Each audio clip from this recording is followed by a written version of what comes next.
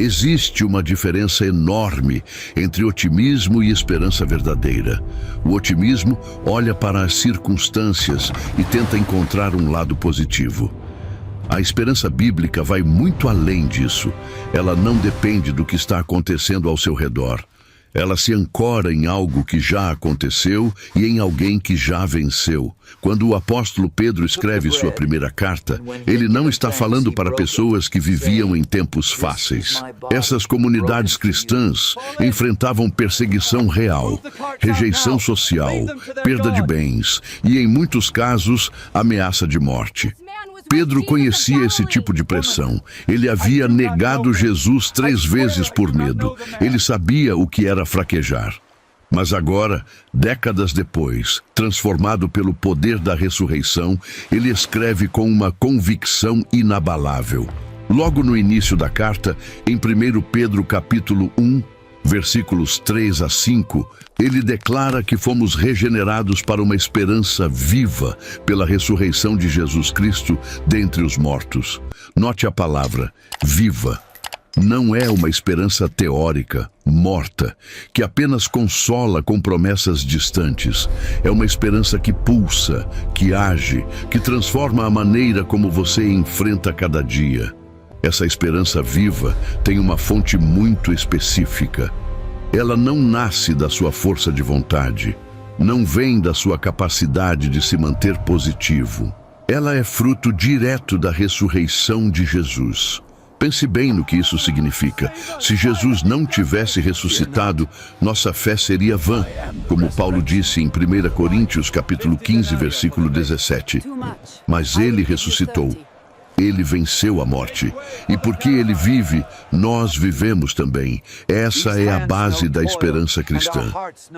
Quando você está passando por um vale escuro, quando as circunstâncias gritam que tudo está perdido, a ressurreição de Cristo sussurra uma verdade mais alta. A morte não tem a última palavra. O sofrimento não é o fim da história. Existe uma realidade maior operando, uma realidade que a dor presente não consegue apagar. Pedro quer que você entenda isso não apenas com a mente, mas com o coração. Ele quer que essa verdade desça das alturas teológicas e encontre você exatamente onde você está, no meio da sua luta, da sua dor, da sua confusão. A esperança viva também está conectada a uma herança. Pedro fala de uma herança incorruptível, sem mácula e imarcessível, reservada nos céus para nós. Aqui está algo crucial. Tudo o que você possui neste mundo pode ser tirado de você. Sua saúde pode falhar, seus relacionamentos podem se romper, seu emprego pode acabar, suas finanças podem desmoronar, a perseguição pode arrancar tudo o que você construiu. Mas existe algo que ninguém, em circunstância alguma, pode roubar de você: sua herança em Cristo. Ela está guardada, ela está segura, ela está reservada com seu nome. E você, pelo poder de Deus, está sendo guardado mediante a fé para a salvação preparada para se revelar no último tempo. Perceba a reciprocidade linda aqui. A herança está guardada para você. E você está sendo guardado para a herança. Deus não apenas preparou algo glorioso para o seu futuro. Ele também está trabalhando ativamente para garantir que você chegue lá. Essa é a esperança que sustenta, não uma ilusão frágil, mas uma certeza ancorada na fidelidade de Deus e no poder da ressurreição de Cristo. Ninguém gosta de sofrer. Isso precisa ser dito com clareza. A Bíblia nunca romantiza a dor. Jesus chorou. Paulo implorou 3 vezes para que um espinho fosse removido. Jó se sentou em cinzas e lamentou o dia em que nasceu. O sofrimento é real e dói, mas Pedro, escrevendo sob a inspiração do Espírito Santo, revela algo que nossos olhos naturais não conseguem enxergar. Existe um propósito divino operando através das provações. Em 1 Pedro capítulo 1, versículos 6 e 7, ele explica que, embora agora, por um pouco de tempo, sejamos contristados por várias provações, isso acontece para que a prova da nossa fé, muito mais preciosa do que o ouro, que perece mesmo sendo provado pelo fogo, redunde em louvor, glória e honra na revelação de Jesus Cristo. Leia isso de novo devagar. Sua fé está sendo provada não para ser destruída, mas para ser purificada. Não para mostrar que você é fraco, mas para revelar que Cristo em você é forte. O processo que Deus usa é comparado ao refinamento do ouro. Quando o ouro é extraído da terra, ele vem misturado com impurezas. Para purificá-lo, é necessário submetê-lo a altas temperaturas. O calor intenso faz com que as impurezas subam à superfície, onde podem ser removidas. O que resta é ouro puro, valioso, brilhante. Da mesma forma, as provações que você enfrenta funcionam como fogo refinador na sua vida espiritual. Elas trazem à tona coisas que precisam ser tratadas. Orgulho escondido, fé superficial, dependências erradas, medos que você não sabia que tinha. Deus não causa o mal, mas Ele é soberano o suficiente para usar até mesmo as circunstâncias difíceis para moldar seu caráter à imagem de Cristo. Isso não torna o sofrimento menos doloroso no momento, mas dá a ele um significado que transcende a dor. Você não está sofrendo em vão. Não está passando por isso sem propósito. Existe um oleiro divino trabalhando, e o vaso que ele está formando tem um destino glorioso. Entenda uma coisa importante. Deus não está testando sua fé para descobrir se ela é genuína. Ele já sabe. A prova não é para informação dele, é para transformação sua. É para que você mesmo descubra do que sua fé é feita. É fácil declarar confiança em Deus quando tudo vai bem, quando sua conta bancária está cheia, quando sua família está saudável, quando seu ministério está crescendo. Mas e quando o chão se abre debaixo dos seus pés? E quando você ora e parece que o céu está fechado? E quando você faz tudo certo e ainda assim as coisas dão errado? É ali, naquele lugar de pressão extrema, que você descobre se sua fé é autêntica ou apenas emocionalismo religioso. E aqui está a parte bonita. Quando você passa pela provação e descobre que, apesar de tudo, ainda confia em Deus, ainda ama a Jesus, ainda se apega à palavra, algo se solidifica dentro de você. Uma convicção profunda se forma, e essa convicção refinada, essa fé provada, é mais preciosa aos olhos de Deus do que qualquer tesouro terreno. Ela redunda em louvor, não apenas agora, mas especialmente na revelação de Jesus Cristo.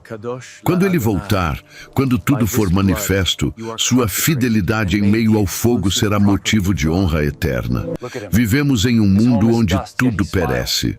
Suas roupas mais bonitas eventualmente desgastam. Seu carro mais novo começa a enferrujar.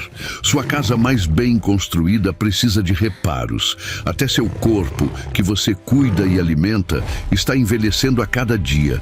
Nada aqui dura para sempre. E essa transitoriedade de todas as coisas cria em nós uma ansiedade profunda, uma sensação constante de insegurança. Acumulamos bens tentando criar estabilidade. Construímos carreiras tentando garantir o futuro. Investimos em relacionamentos esperando que nos ancorem. Mas no fundo, sabemos a verdade. Tudo isso pode desaparecer em um instante. Uma doença, uma crise econômica, uma traição, uma morte súbita e tudo o que levamos anos para construir pode ruir. Pedro conhecia essa realidade.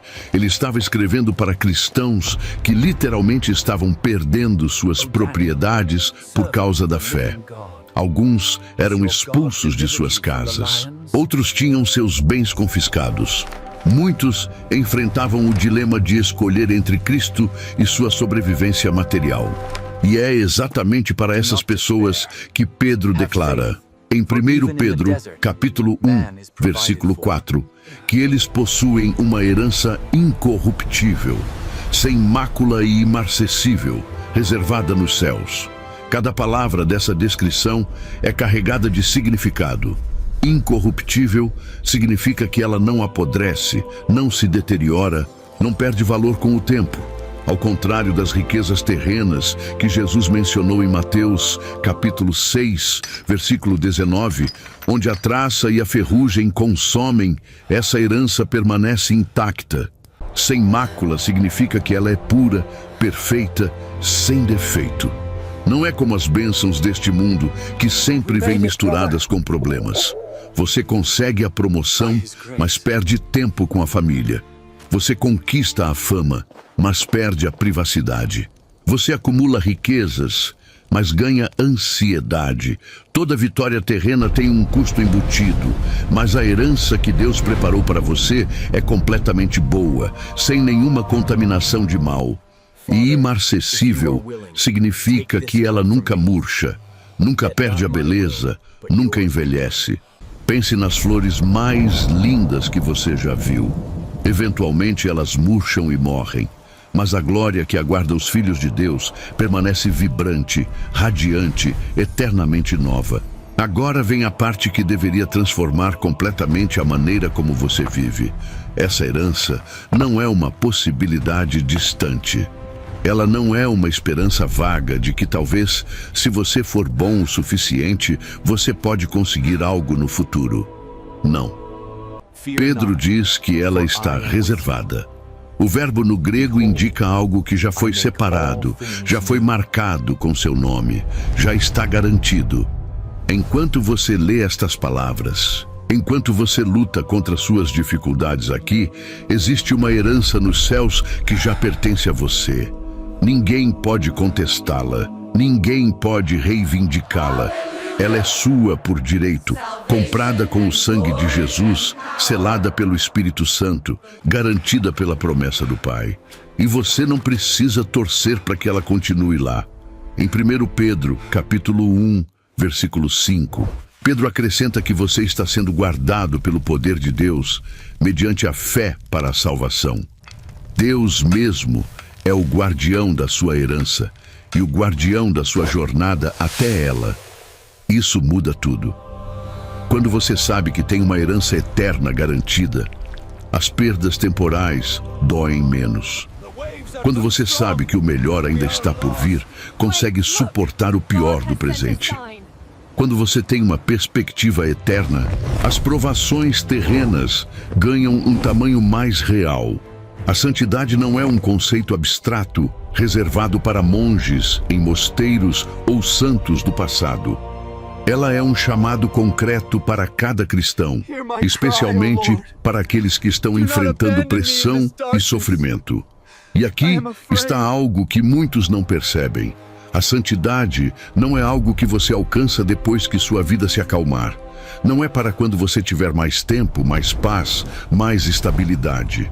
A santidade é exigida exatamente no meio do caos.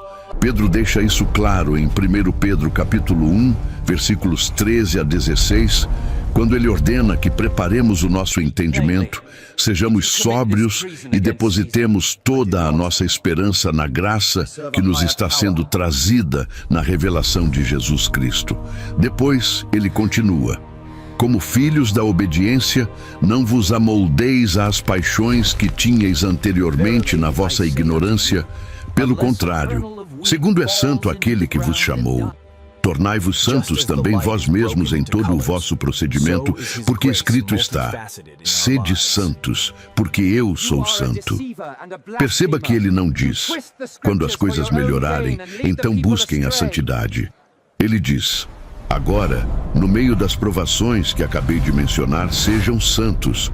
O padrão da santidade não é sua cultura, não é sua família de origem, não é o que todo mundo está fazendo.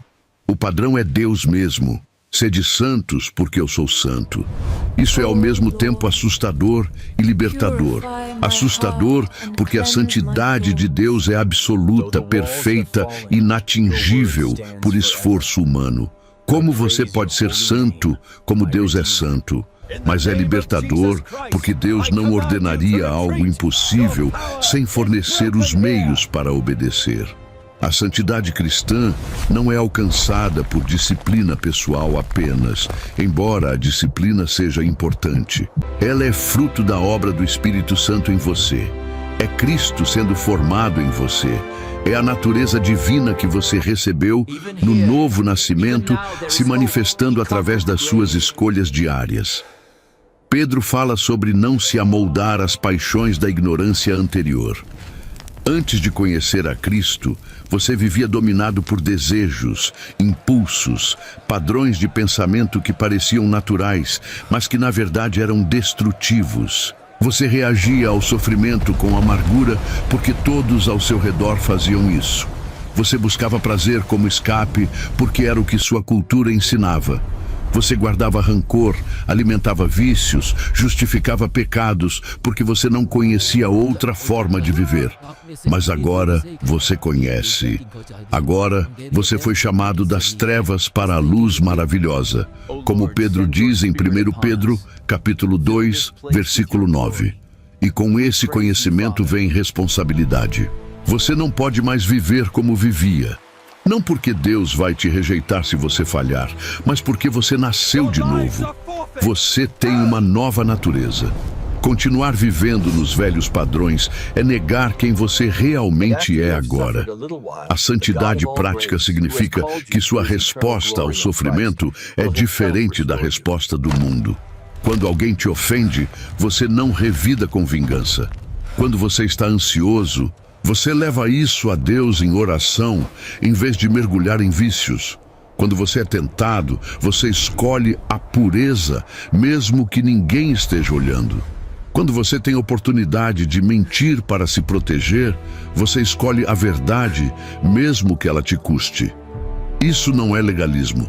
Isso não é tentar impressionar a Deus com seu comportamento. Isso é viver de acordo com quem você é em Cristo. E quanto mais você pratica essa santidade, mais você experimenta a presença e o poder de Deus. Quanto mais você se separa do pecado, mais sensível você se torna à voz do Espírito Santo. A santidade não é um fardo pesado. No final das contas, ela é liberdade. Liberdade da escravidão do pecado. Liberdade para viver plenamente como você foi criado para viver. Existe uma palavra que Pedro usa que deveria parar você no meio do seu dia. Preciosa. Ele diz que a prova da sua fé é muito mais preciosa do que o ouro. Não apenas preciosa, muito mais preciosa. Pense no que isso significa. O ouro sempre foi considerado o metal mais valioso da história humana.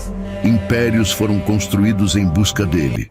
Guerras foram travadas por ele. Pessoas dedicaram vidas inteiras tentando acumular ouro. E ainda hoje, em meio a toda a tecnologia moderna, o ouro mantém seu valor. Economias o usam como lastro. Investidores o buscam como proteção. Mas Pedro, inspirado pelo Espírito Santo, declara que a fé que resiste à prova tem um valor que ultrapassa infinitamente o ouro. Por quê? Porque o ouro, por mais valioso que seja, ainda é temporário. 1 Pedro, capítulo 1, versículo 7, nos lembra que o ouro perece. Ele pode ser roubado, pode ser perdido, pode derreter, e no final, quando você morrer, não levará nenhum grama dele com você. Mas a fé provada, essa você leva. Essa transforma você eternamente. Essa gera recompensas que duram para sempre. A questão é, como sua fé se torna provada? Não através de estudos teológicos apenas, embora o conhecimento seja importante. Não através de frequentar todos os cultos, embora a comunhão seja essencial. Sua fé é provada quando ela é testada na vida real. Quando você enfrenta algo que desafia tudo o que você acredita. Quando Deus não age como você esperava.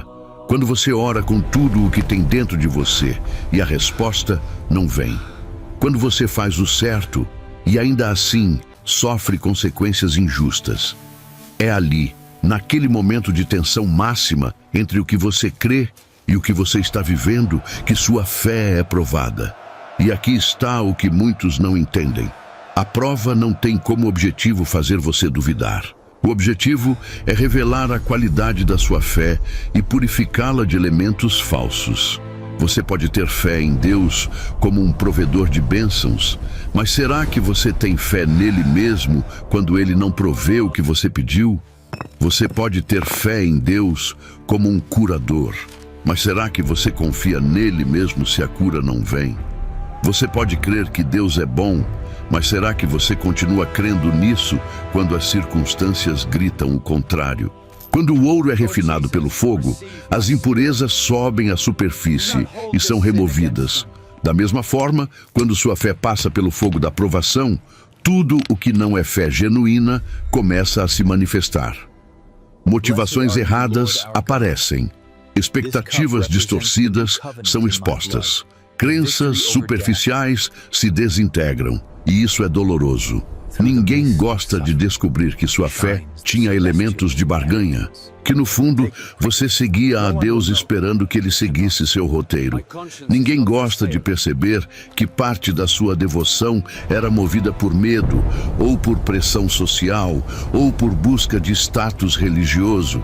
Mas essa exposição é misericordiosa. Porque o que sobra depois que o fogo faz sua obra é fé pura, fé que não depende de circunstâncias, fé que não negocia, fé que diz como Jó disse em Jó capítulo 13, versículo 15, ainda que ele me mate, nele esperarei.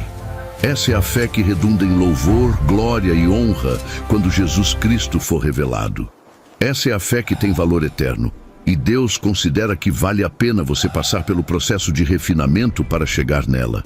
Ele não desperdiça seu sofrimento.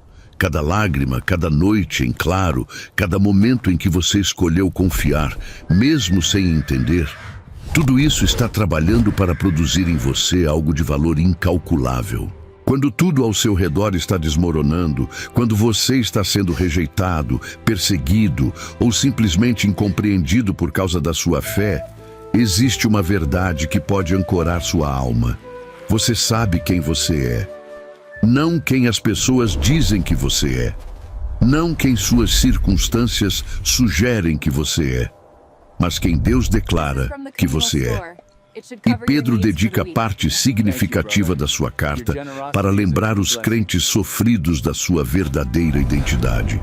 Em 1 Pedro capítulo 2, versículo 9, ele proclama: Vós, porém, sois raça eleita, sacerdócio real, nação santa, povo de propriedade exclusiva de Deus, a fim de proclamardes as virtudes daquele que vos chamou das trevas para a sua maravilhosa luz. Leia isso devagar, deixe cada título penetrar. Você é escolhido, você é sacerdote, você é santo, você pertence a Deus.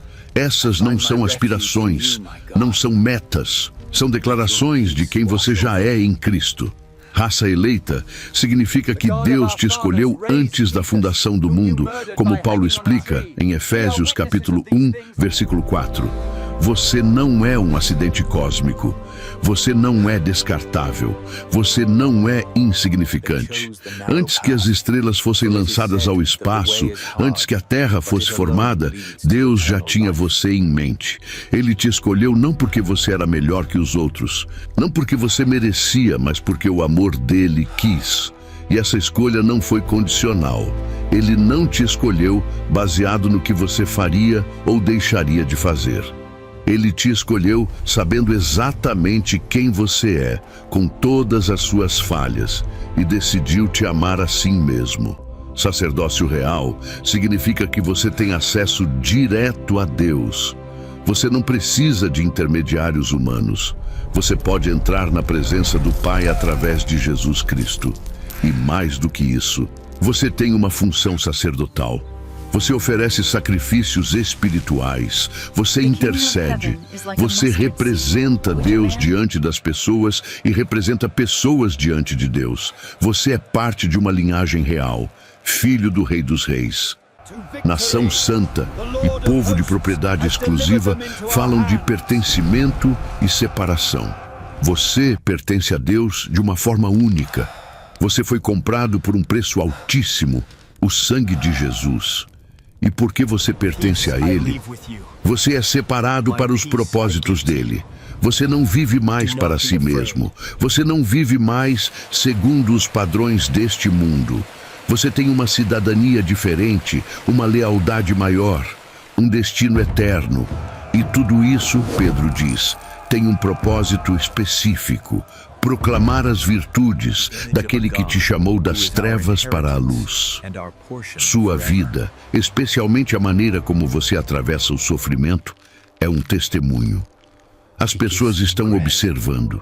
Elas veem você enfrentar o que elas enfrentam, mas elas notam que você responde diferente. Você tem uma esperança que elas não têm. Você tem uma paz que não faz sentido diante das circunstâncias. Você tem uma firmeza que não vem de dentro de você. E quando elas perguntam de onde vem isso, você tem a oportunidade de apontar para Cristo. Sua identidade não é apenas para seu conforto. Ela é também para o testemunho. Ela é para a glória daquele que te transformou. E quando você está firme no meio da tempestade, ancorado em quem você é em Cristo, você se torna uma carta viva que proclama o poder transformador do Evangelho. Existe um inimigo real operando contra você.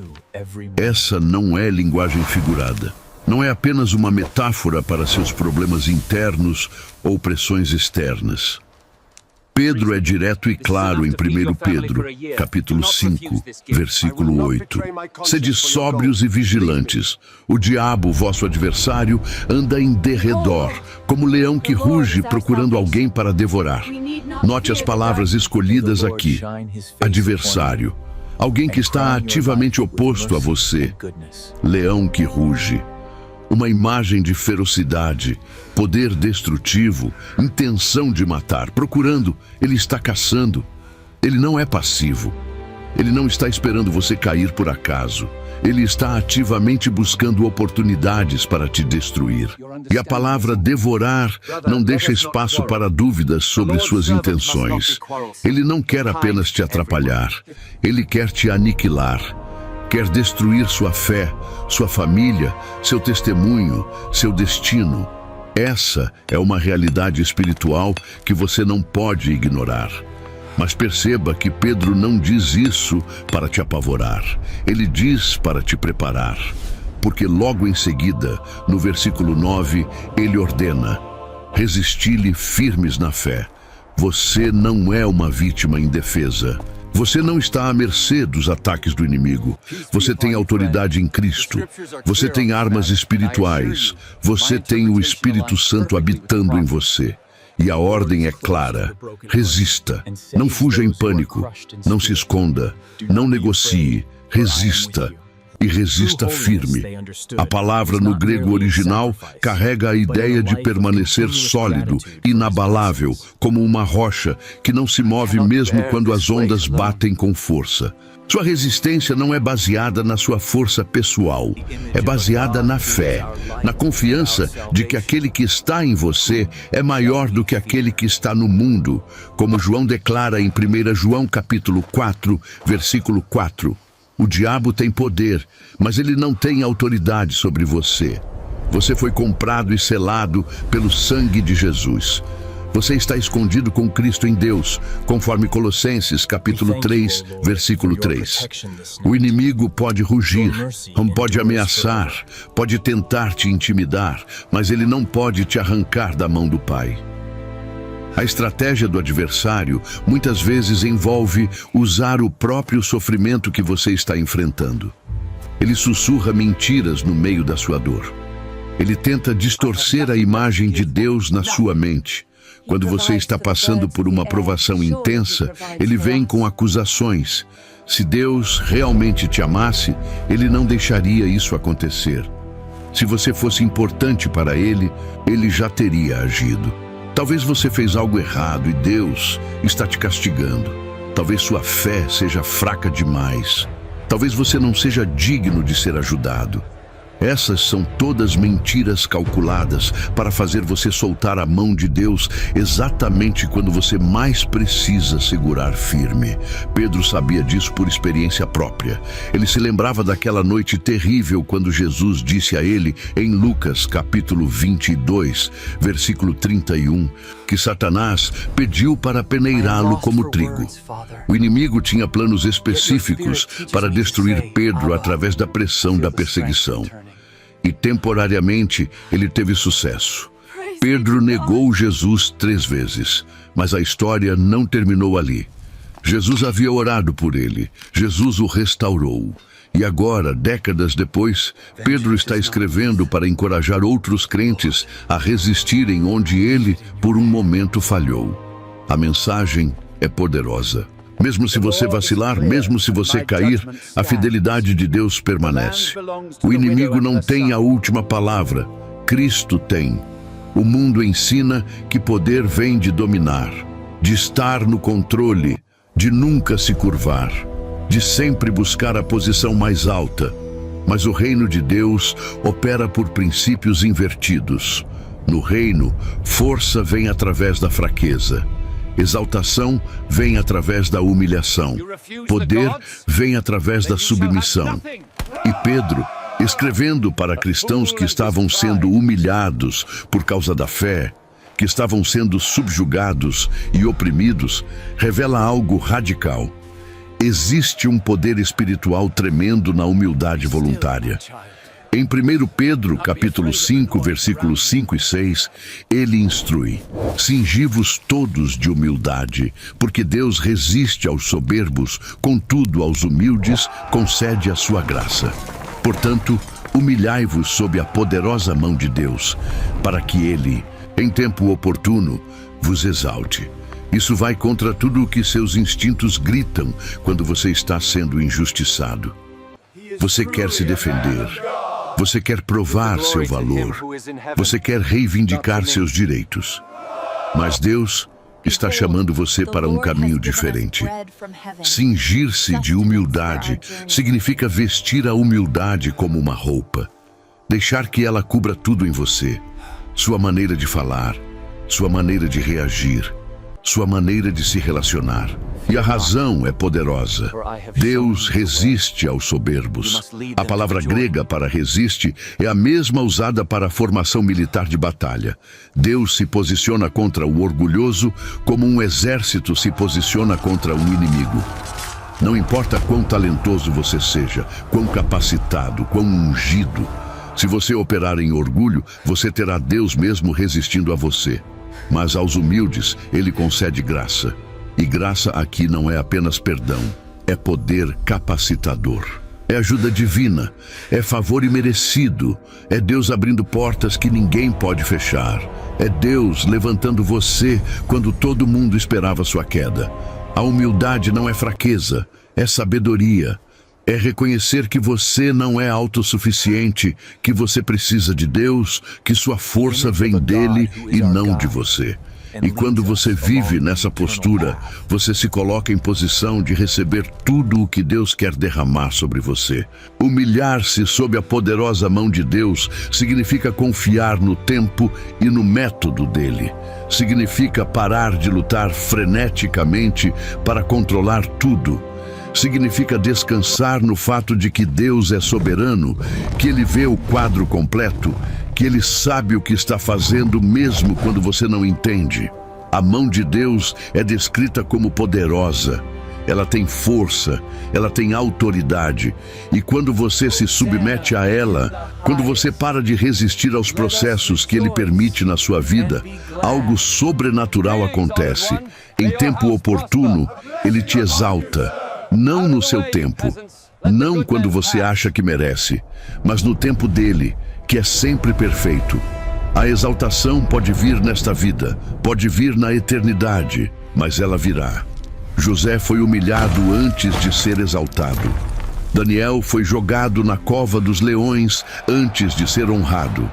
Esther arriscou a vida antes de salvar sua nação. Jesus se humilhou até a morte de cruz, antes de ser exaltado sobre todo nome. O padrão é consistente, humilhação precede exaltação. E quanto mais profunda a humilhação que você suporta com fé, maior a exaltação que Deus está preparando. Não porque você merece, mas porque é assim que Ele escolheu operar. Ele levanta os humildes e abate os soberbos. E se você está passando por um período de humilhação agora, saiba que Deus não esqueceu de você. Ele está trabalhando. E quando chegar o tempo certo, quando o propósito dele estiver completo, ele te levantará de uma forma que ficará claro para todos que foi obra dele, não sua. Uma das verdades mais libertadoras da fé cristã é esta: você não precisa ser suficiente. Você nunca será suficiente por si mesmo. E Deus nunca esperou que você fosse. Ele providenciou algo muito melhor do que autossuficiência: graça. Mas não apenas graça genérica.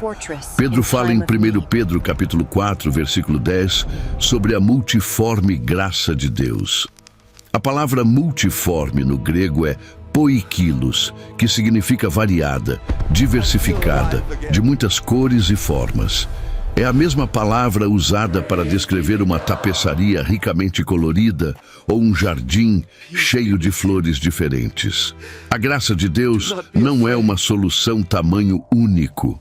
Ela se adapta, ela se molda, ela vem na forma exata de que você precisa. No momento exato em que você precisa. Você está enfrentando medo? Existe uma graça específica para te dar coragem. Você está enfrentando tentação? Existe uma graça que te capacita para a pureza. Você está enfrentando confusão? Existe uma graça que traz clareza. Dor. Existe graça que consola. Fraqueza. Existe graça que fortalece. O contexto em que Pedro menciona essa graça multiforme é interessante. Ele está falando sobre servir uns aos outros com os dons que cada um recebeu. Ele diz: servi uns aos outros, cada um conforme o dom que recebeu, como bons despenseiros da multiforme graça de Deus. Você é um administrador da graça, não apenas um receptor, mas um distribuidor. A graça que Deus te dá não é apenas para você se sentir melhor, é para fluir através de você para alcançar outros. Quando você está passando por sofrimento e alguém ao seu lado também está lutando, a graça que você recebeu para atravessar sua dor te equipa para ministrar a dor de outra pessoa. Você se torna um canal. E aqui está algo profundo. Quanto mais você distribui a graça que recebeu, mais graça Deus derrama sobre você. Não é um reservatório estagnado. É um rio que precisa fluir para permanecer fresco. Quando você usa seu sofrimento para confortar outros que sofrem, conforme Paulo descreve em 2 Coríntios capítulo 1, versículos 3 e 4, você está administrando bem a graça multiforme de Deus. Existe também uma dimensão progressiva da graça. Pedro, em 2 Pedro, capítulo 3, versículo 18, encoraja os crentes a crescerem na graça e no conhecimento de nosso Senhor e Salvador Jesus Cristo. A graça não é estática. Você pode crescer nela, pode experimentá-la em níveis mais profundos, pode descobrir facetas dela que você nunca tinha visto antes. Cada provação que você atravessa pela graça de Deus te familiariza mais com a vastidão dela.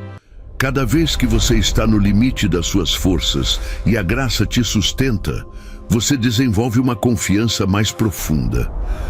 Você aprende que ela não falha.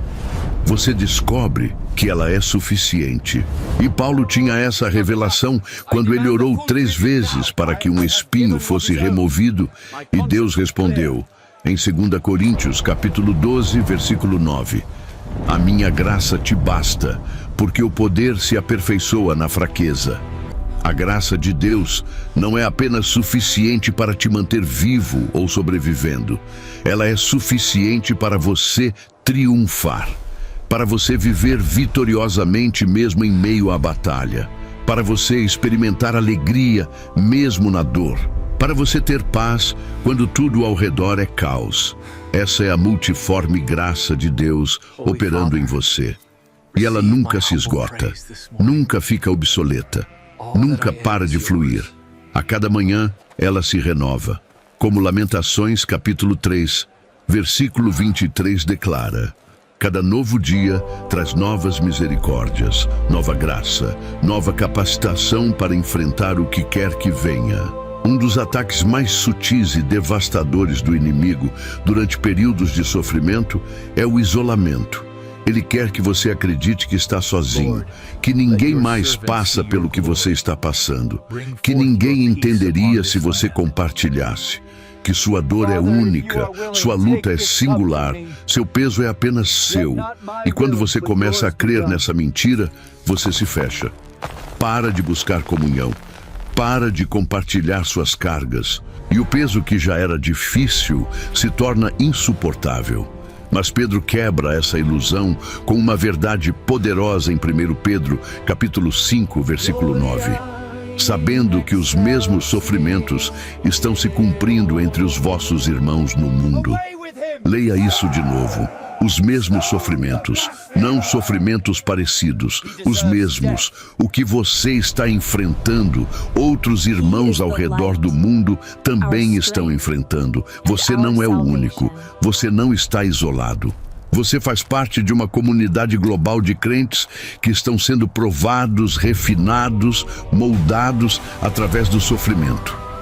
Essa verdade deveria mudar completamente sua perspectiva. Primeiro, porque ela normaliza o sofrimento na vida cristã. Você não está sofrendo porque algo está errado com você ou porque sua fé é fraca. O sofrimento é parte do processo normal de crescimento espiritual. Jesus disse em João capítulo 16, versículo 33, no mundo tereis aflições. Não talvez, não se as coisas derem errado. Tereis, é certeza. Paulo escreveu em 2 Timóteo capítulo 3, versículo 12, que todos quantos querem viver piedosamente em Cristo Jesus serão perseguidos. Todos, não alguns, não os menos favorecidos, todos. A perseguição, as provações, o sofrimento não são desvios do caminho cristão. São parte dele. E quando você entende isso, para de questionar por que isso está acontecendo com você e começa a perguntar o que Deus quer produzir através disso. Segundo, porque essa verdade te conecta a algo maior do que você mesmo. Sua provação não é apenas sobre você, é parte de uma batalha espiritual maior. É parte do processo através do qual Deus está purificando uma noiva para Cristo. É parte da história da redenção que está sendo escrita através das eras. A comunhão no sofrimento também cria laços profundos entre os crentes. Quando você abre sua dor com alguém que está passando por algo similar, quando você compartilha suas lutas com irmãos que entendem, quando você permite que outros carreguem parte do seu fardo, algo poderoso acontece. Vocês deixam de ser apenas conhecidos que frequentam a mesma igreja. Vocês se tornam irmãos de batalha, companheiros de jornada. E essa conexão forjada no fogo da provação é mais forte do que qualquer relacionamento superficial. Paulo fala em Filipenses, capítulo 3, versículo 10, sobre conhecer a Cristo e o poder da sua ressurreição e a comunhão dos seus sofrimentos. Existe uma dimensão de Cristo que você só conhece através do sofrimento. Existe uma intimidade com Ele que só se desenvolve quando você não tem mais nada a que se apegar, exceto Ele. E quando você compartilha essa experiência com outros crentes, quando vocês se encorajam mutuamente, quando vocês oram uns pelos outros, quando vocês choram juntos e se fortalecem juntos, vocês experimentam o corpo de Cristo funcionando como foi projetado para funcionar. Não é fraqueza pedir ajuda, não é falta de fé admitir que você está lutando. Na verdade, é exatamente o oposto. É sabedoria reconhecer que Deus projetou você para viver em comunidade, para ser sustentado pelo corpo, para dar e receber força dentro da família da fé. Existe uma urgência na linguagem de Pedro que não pode ser ignorada. Ele não está dando conselhos opcionais para quem tiver interesse. Ele está emitindo ordens para soldados em campo de batalha. Sede sóbrios e vigilantes, ele ordena em 1 Pedro capítulo 5, versículo 8. Sobriedade aqui não se refere apenas à abstinência de álcool, embora isso possa estar incluído. A palavra grega nepho significa ter mente clara, estar livre de tudo que obscurece o pensamento, manter autocontrole mental e espiritual. É o oposto de estar intoxicado, embriagado ou mentalmente confuso. E no contexto espiritual, isso significa não permitir que nada distorça sua percepção da realidade. Não suas emoções, por mais intensas que sejam.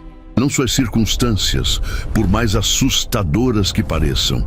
Não as opiniões dos outros, por mais altas que sejam as vozes. Você precisa de uma mente sóbria, que está ancorada na verdade da palavra de Deus, que avalia tudo através da perspectiva do reino, que não é levada por toda onda de doutrina ou tendência cultural. Vigilância é igualmente crucial. A palavra gregoreu significa ficar acordado, estar alerta, não adormecer. No contexto militar, refere-se a um sentinela que vigia durante a noite, atento a qualquer sinal de perigo. Espiritualmente, significa não relaxar sua guarda, não se tornar complacente, não presumir que porque você passou por uma temporada de paz, o perigo acabou. O inimigo é estratégico. Ele espera momentos de descuido, ele observa padrões, ele procura brechas e, frequentemente, seus ataques mais devastadores vêm exatamente quando você baixou a guarda, quando você achou que já tinha superado tudo, quando você parou de vigiar. Jesus repetidamente advertiu sobre a necessidade de vigilância. Em Mateus capítulo 26, versículo 41, ele disse: vigiai e orai, para que não entreis em tentação. Em Marcos capítulo 13, versículo 33, ele ordenou: estai de sobreaviso, vigiai e orai. E em Lucas capítulo 21, versículo 36, ele aconselhou: vigiai, pois, em todo tempo orando. A vigilância não é paranoia, não é viver com medo, é viver com sabedoria. É reconhecer que você está em uma batalha espiritual real e agir de acordo. Sobriedade e vigilância trabalham juntas. A sobriedade te dá clareza mental para reconhecer o que está acontecendo. A vigilância te mantém atento para perceber quando o inimigo se aproxima. Quando você está sóbrio, você não é facilmente enganado. Você consegue discernir entre a voz de Deus, sua própria voz, e a voz do inimigo.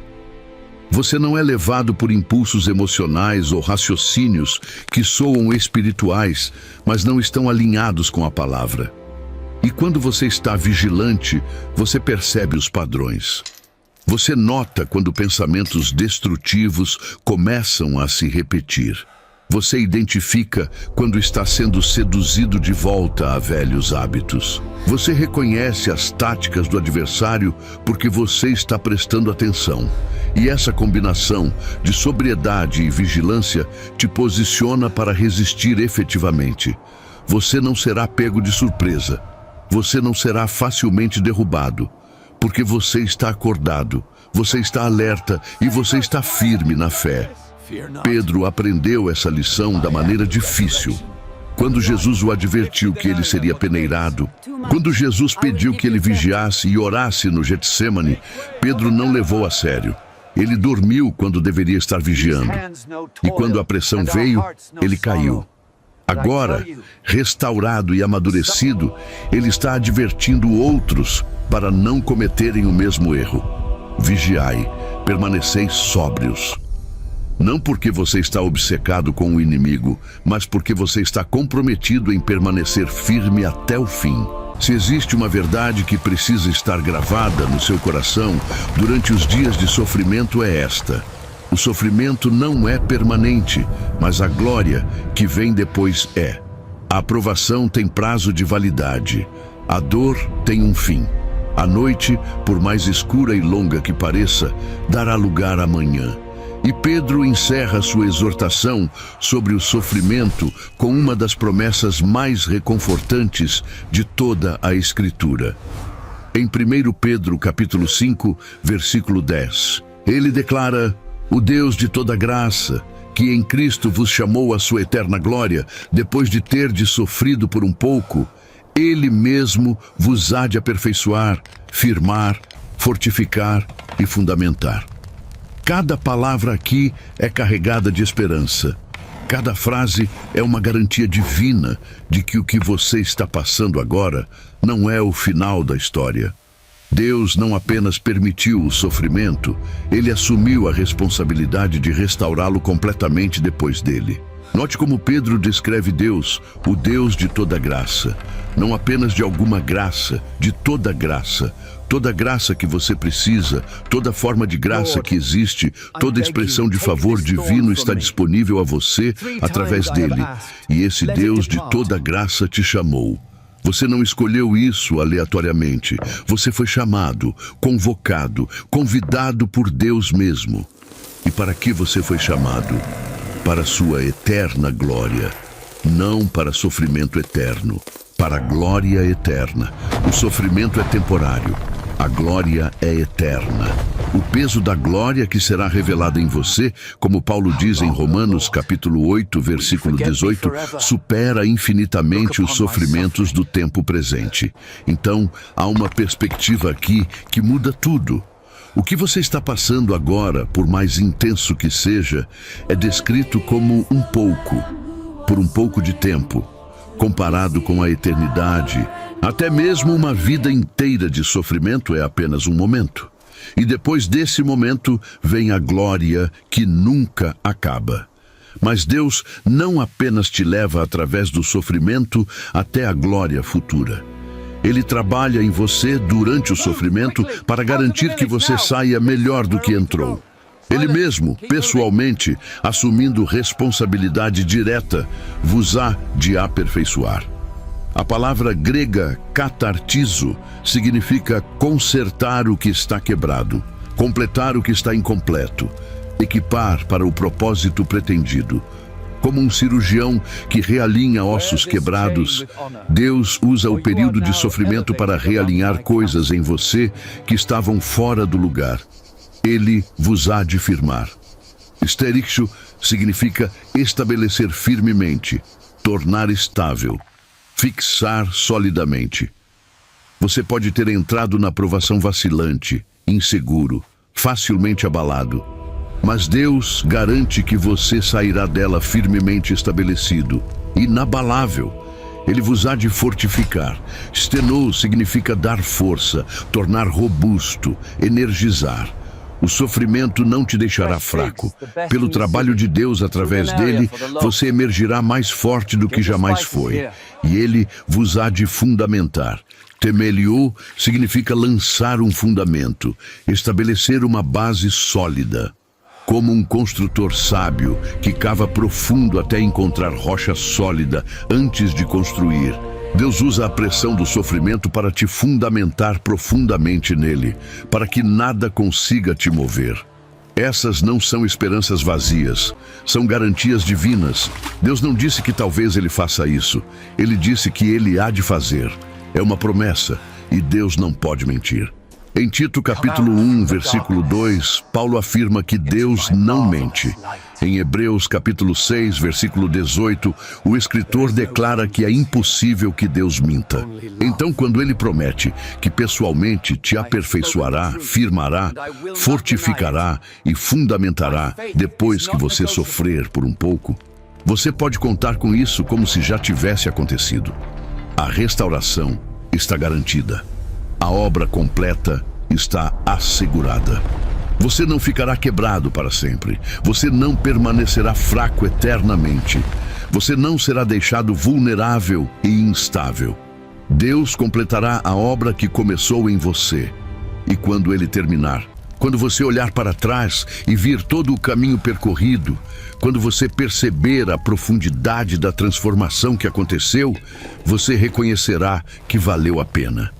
Cada lágrima, cada momento de dor, cada noite de angústia, tudo serviu ao propósito maior de te moldar à imagem de Cristo e te preparar para a glória eterna que te aguarda. E naquele dia, você não apenas sobreviverá ao que está enfrentando agora. Você triunfará, porque o Deus de toda graça garantiu isso.